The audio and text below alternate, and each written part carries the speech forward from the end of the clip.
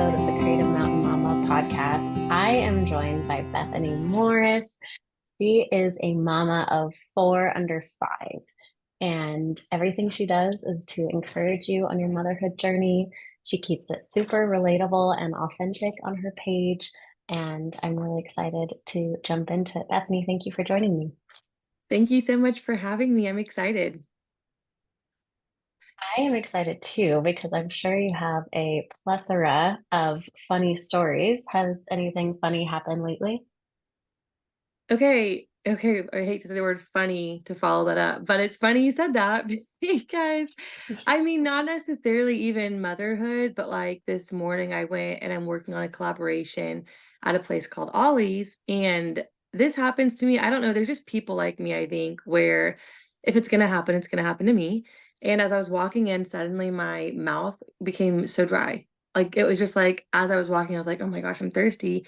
And I went inside to find the manager and I opened my mouth and the world's most disgusting sound came out as I was trying to talk. Like it wasn't even a word. It was just like, and the manager was looking at me like, can I help you? And I was like, I think Froggy from Little Rascals. I was like, I'm Bethany and I'm here to find content. And so that happened. And I shared that on Instagram this morning and I have just been laughing all day about it. That's hilarious. I had one where it was COVID, right? So we all had the masks. So I had to take off my mask to check in for my hair appointment. Oh gosh. Like something stuck in my throat during that moment, and I had to leave the hair salon so I Oh could my cough gosh. privately. It's a new world. It really was. I know. There's always that person that's like, are they okay? And everyone's like, stay away from them. Everyone crosses the street and circumvents Yes, you. that's exactly right. So I know that you have just a great presence online. Can you tell me a little bit about your journey and how you started? Yes. So, gosh, it was just 2 years ago, almost to the date, that I shared a video of my husband Elliot's reaction to finding out we were pregnant very unexpectedly with our third baby. And I had like kind of posted like I think two videos on TikTok just willy-nilly because before that, social media for me was just, fun. And then that video blew up. And at the time, I'd been praying about an opportunity to leave where I was at with my career. And, God just really aligned everything perfectly and opened a door for income through social media, which he knew I would then need because we found out that that was not one baby, it was two babies. And it just worked out perfectly. And I've always loved making videos and editing videos and just sharing parts of my story. So God just kind of weaved all of it together to give me an option to have a career in it. And it's been amazing. Awesome. And I know you told me the most surprising part is the once you get a lot of influence, there's a lot of criticism. And you said, I didn't know people would disagree with me because they never disagreed before. So how do you overcome challenges and lean on your faith? Um, this is one area God is working on my heart, and it's just to be totally transparent. It is something that before, like I said, I never expected it. So I probably haven't managed it in the godliest way. Not that I've never been like a bully or mean to people, but I've always been someone who I'm like, I'm going to stand up for myself. And I think God is honestly teaching me like just to let it go. Like it doesn't matter. It's not impacting my kids. It's not impacting my life. It's not hurting my family. And really, when it comes down to it, when we share parts of our story online, that's real. Like that's a tangible, real part of our life. But there's other parts like sharing an opinion or things like these other people, they're not in my life. That's not real. That's not impacting me. And I think God's like, I'll deal with that. You just keep doing what I've called you to do on here. And kind of translates over outside of social media, just keeping my eyes fixed on what God's word says and not what the world says. And that's been a challenge, but I think God is softening my heart towards it lately. Yeah, that's great.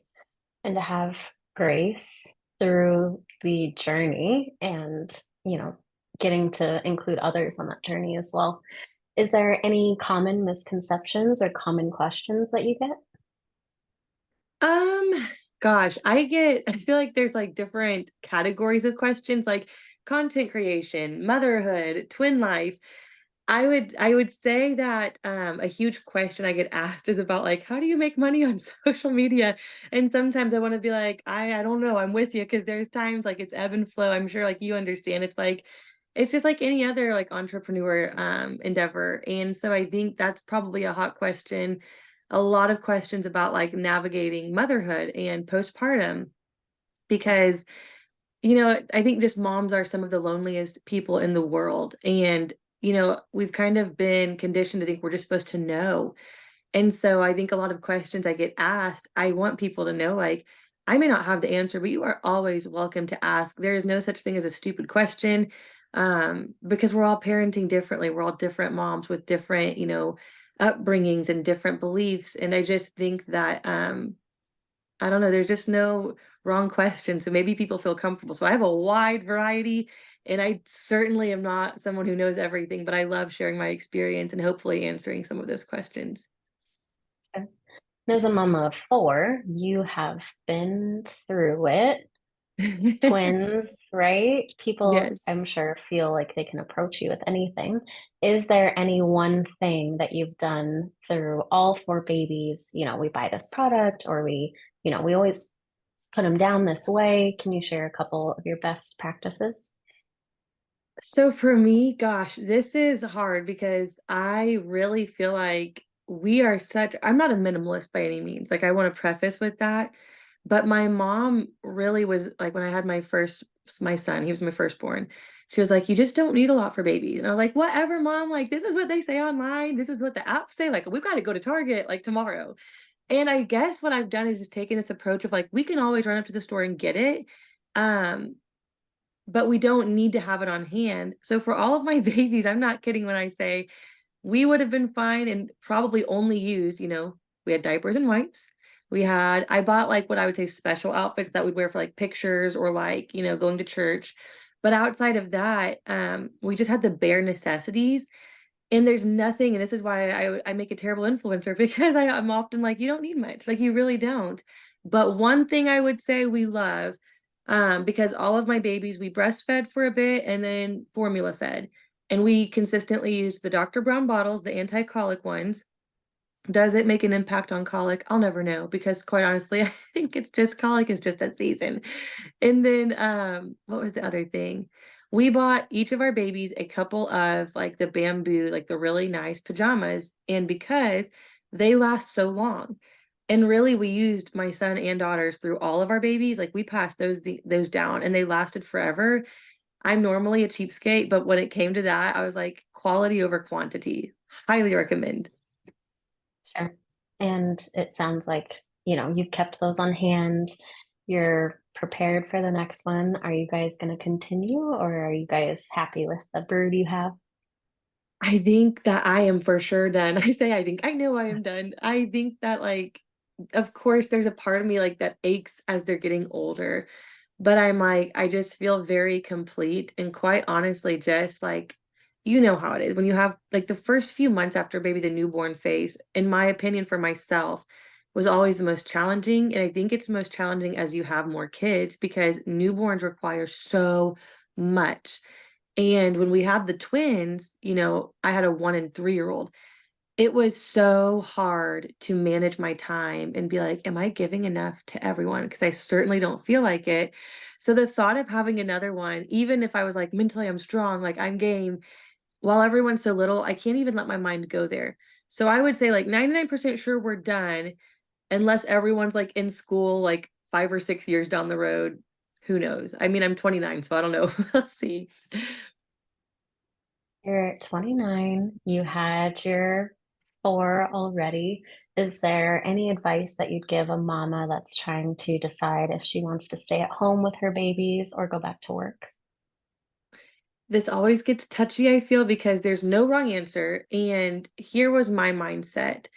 I always said, like, after I had my son, I was a teacher and I could not imagine ever like just going back full time. And plus the cost of daycare where I live and making as much as I was making as a teacher, I was like, well, I could DoorDash in the evenings and make that much. So I found an online job as a special education teacher and it gave me a really flexible schedule. Um, I just think it's such a personal decision for me.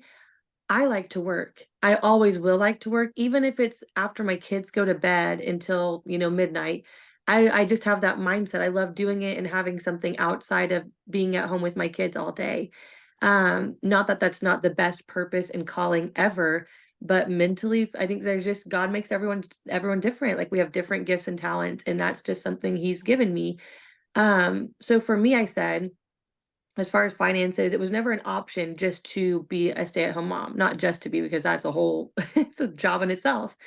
But for me, I've always had to find a way of providing income. And, I prayed when I had my son and said, God, for all of my babies, I just want to be home the first year. If that's a possibility, like please provide. And he has. I've been able to stay home now with that. I think we're done for now. I could look at going back and doing like giving a little more time here and there, but it's such a personal decision. Like my sister's my best friend. She works full time and her schedule works for her and her family. And that she works harder than anyone I know. And she's also the best mom I know. So, and nothing, I think there's just this stigma with like, if you choose the wrong thing, you're a bad mom, when it's just so different for everyone. And using your gifts and talents in the way that God created you to use them is going to look different for everyone. That's so good because it's not of the world. It's not black and white. It's actually what God's put on your heart in your calling and what you're able to uniquely offer. I would trust my kids to you as a teacher. Yeah. So you Yeah. being in that classroom, right? You have the Yeah. ability to impact the future generation. And you being with your kids is, beautiful. You get to impact them directly. And is there any tips for frustrating moments or seasons like you spoke to before? Again, with just like purely experience, I'm not a professional, but based on like things I've read and research, and I have seen a counselor for, the postpartum depression and anxiety, I've pinpointed that my reaction does not have to demonstrate how I'm feeling. So, like with my son, when the twins were born, he was 3, 3.5. And at that age, you're starting to take on some new behaviors and things. And I really found myself like torn between like I'm justified because my hormones are regulated and he's just dumped an entire bag of rice on the floor. Like naturally, yes, I'm angry because I'm a human. I am so angry, I'm livid, but I can't react livid to my 3-year-old. And I really struggled with that. I mean, it's crazy to say like I would feel like that with a 2-year-old because they're two. In hindsight, it's like, oh, they were so little. And I would still react angrily before the twins were born. So I think once I kind of pinpointed, okay, I'm allowed to feel this way. It is okay, 100%. If my husband walks in the kitchen and dumps a bag of rice on the floor, like I'm gonna be like, what are you doing? But it's just like literally learning and looking at myself and being like, you can feel that way, but you can't react. And especially to kids, but it's also simultaneously like, but I need to teach them not to do this. So I've just really feel like, and I'm still like a work in progress, but learning to balance all three of those things, like you're justified, you can't react that way, but you do have to discipline and parent your child and teach them. It's like truly just a song and dance and learning. And I'm by no means a professional, but it's gotten significantly better over the years. So my advice would just be, shaming yourself and guilting yourself will never ever change your behaviors. Like there is such thing as godly remorse, and I think that's a beautiful gift because we need to feel bad when we've done wrong. But to shame yourself constantly, because I did that for a long time. I was like, oh, I just feel bad every night. Like I can't believe I did that. We have to just turn away from it and figure out a different way to react. We can't just camp out there and keep doing the same thing. And I'm sure you've had your seasons of trials, seasons of, fun times, season of tiny shoes and the cute things. Do you have a word for a mama in the newborn phase, just starting out? So I think that everyone's different because like my sister would take a million newborns and like hoard them in her house because she just loves the newborn season. I will never say like, oh, I hated it, like, oh, it was just awful. It was very mentally taxing. I think it is for everyone, but some people are maybe more sensitive to it, and that was me. So if you're one of those moms, I would just encourage you and let you know that it does not last forever. And you do not have to, people always say like soak it up. You don't have to soak it up. take pictures and try to enjoy what you can. But it is okay if you don't want to soak up the, 3 a.m. feeding when you're like crying and you're wondering, like, when will this get better? That's hard to soak up. So it always made me feel bad when people are like, you're going to miss it, soak it up. I was like, I will miss like this season of like, we're starting our family. Like, we have this new addition. I love this tiny baby and I'm learning about this baby and I'm bonding with this baby. But I'm never going to look back, I promise you, when I'm 80 and say, like, if I could go back in time to any point in my life, I'm going to go back to that 3 a.m. when I was miserable, crying on the floor and just mentally taxed, napped out. But like, those are seasons I won't miss. So it's okay to just be in between. Like, I'm not going to fast forward the season, can't really soak it up. I'm going to take what I can and breathe out the rest. Just honestly breathing sounds crazy. I am not like a yoga girly at all, but like, I breathe sometimes when I'm getting angry or I'm like, oh my, like anxious.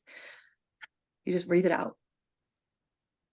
You keep reminding me of something I heard. If you're wondering if you should have one more, it's not asking yourself if, we can have one more. It's really just evaluating the mom that you are in this moment. Are you, showing up for your kids? Are you breathing through those hard moments? Are you praying through the difficulty? And that, whether or not you decide to have one more kid from that little piece of advice or that little tidbit, but it just helps you feel, okay, overall, I am really trying. I'm really doing this. I am doing this with four under five.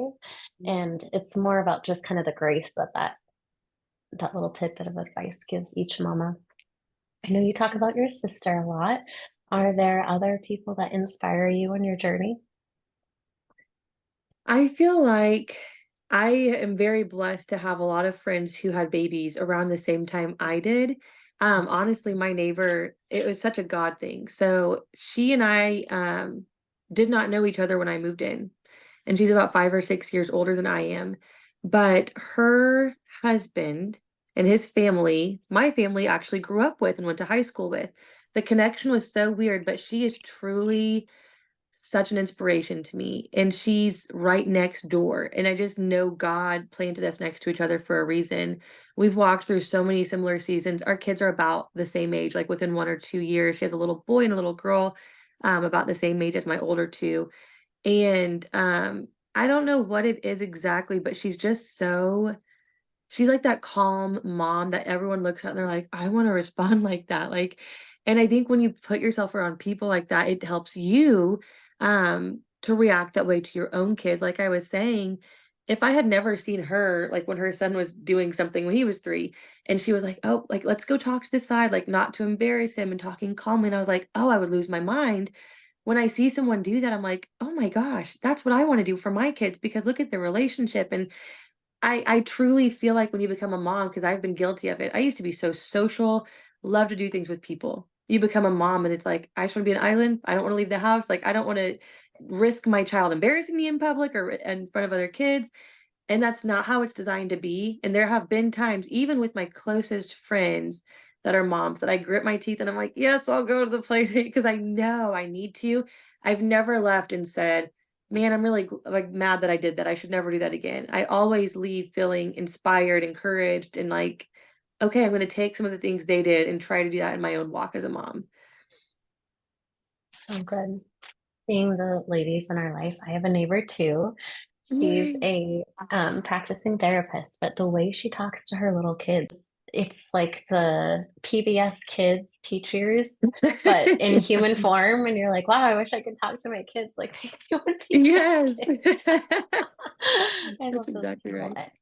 Me too. That's why I think that's why we lean on each other in kind of this internet era, right? I was always feeling indebted to the ladies that went on mommy blogs and did share and did say, these are hard moments and we're living through them together. And I think that's what you're doing. And I always felt gratitude to those people. Thank you for taking that extra moment to share and sit down and edit and, you know, do what you do because it is lonely when you're especially in that newborn stage and you feel like you can't go outside, let Mhm. alone to a play date, Right, which I know which gets better in time. right. Are there any grace-saving daily routines that you turn to every day as your cornerstone? So outside of the obvious, like reading my Bible and devotional, which truly like can be a battle when you become a mom because before kids you have this quiet time and it's like then you have kids and one baby and it's like okay I can still get to that, then they get older and there's not maybe a nap time and you just can't count on it. I have learned that I am much more productive when I set aside that time to spend with God. Even for myself, it's quiet. Like, even going to church, this sounds silly. I told my husband, I was like, "We're going every week because that's free childcare for an hour." Like, feels like a date almost sometimes. Like, you go and you sit down and it's quiet, but every single day I set aside that time, and it might even be in my car the 15 minutes before I'm getting my kids from school.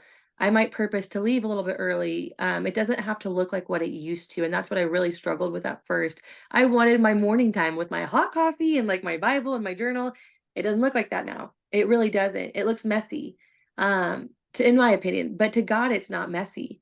When you're spending time with Him, He doesn't care how you get there. He just wants you there. And that's something that the past year has really stretched and grown me in because my answer was like, can't get to it. It's too hard. We're just not going to do it, or we'll fit it in when we can. And it was just never meant to look that way. When you prioritize it in the mess, there's just something special about it. Thank you so much, Bethany. I appreciate you hopping on and our conversation. Absolutely.